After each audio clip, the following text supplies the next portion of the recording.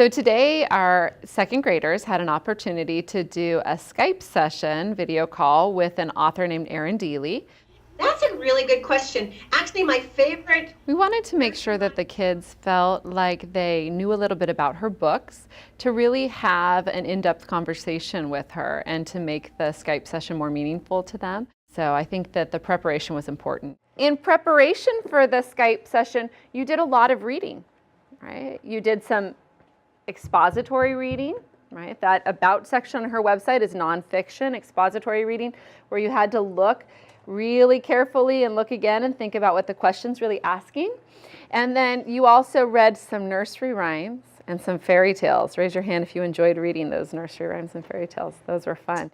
Obviously, in moving to the Common Core standards and pushing kids to have dialogue about what they're reading and to go further in their reading and make sure that they can justify their answers, all of the work that they did in preparation pushed them to do that. And then taking it another step further in talking with Erin was just a great opportunity to make that reading very tangible to them, to make that reading very meaningful. How many of you like to listen to music on the radio?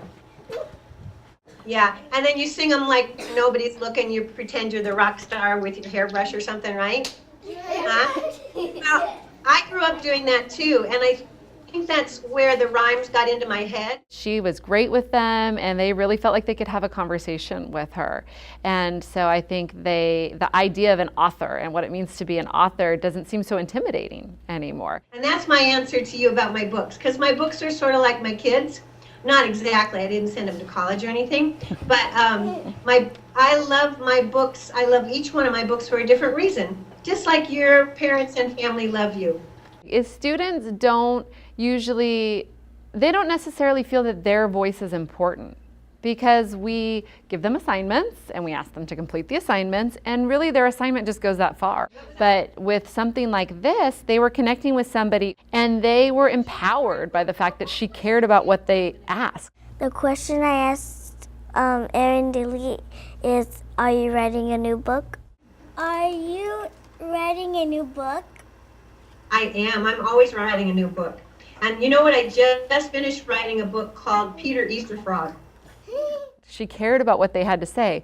She kept putting the focus on, do you think you can be an author? What do you think you can do? What do you think you can read? What do you think you can write? Raise your hand if you think you'd like to write books someday.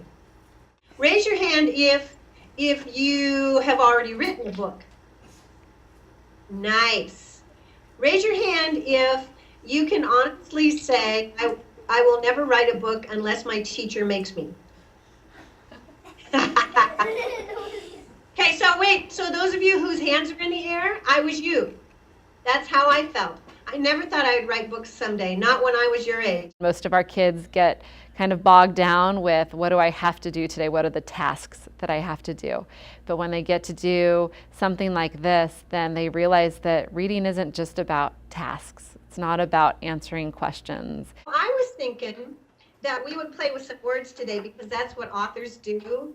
That's the one thing that authors love to do, is play with words. My favorite part on the video call was when we wrote the sentences. Books are fun to read. Reading makes me smart. Look at that, you wrote a poem. Did you know that? After hearing Erin's, I would like to write books like her. You guys recognize this book, right? Well, then I want you to see what it looked like when I first started it. And this is what it looked like when I first wrote it. Does everybody see this? Yes. I think in a Skype session like this, when students get a chance to talk to authors, it's using technology not just for the sake of using technology, not just for the sake of connecting with someone. Those are powerful things, obviously, but it really brings literacy to life for kids. They had this interaction with a person that could inspire them to then think, okay, how do I think about myself as a reader? How do I think about myself as a writer? And so that technology allowed them to do that.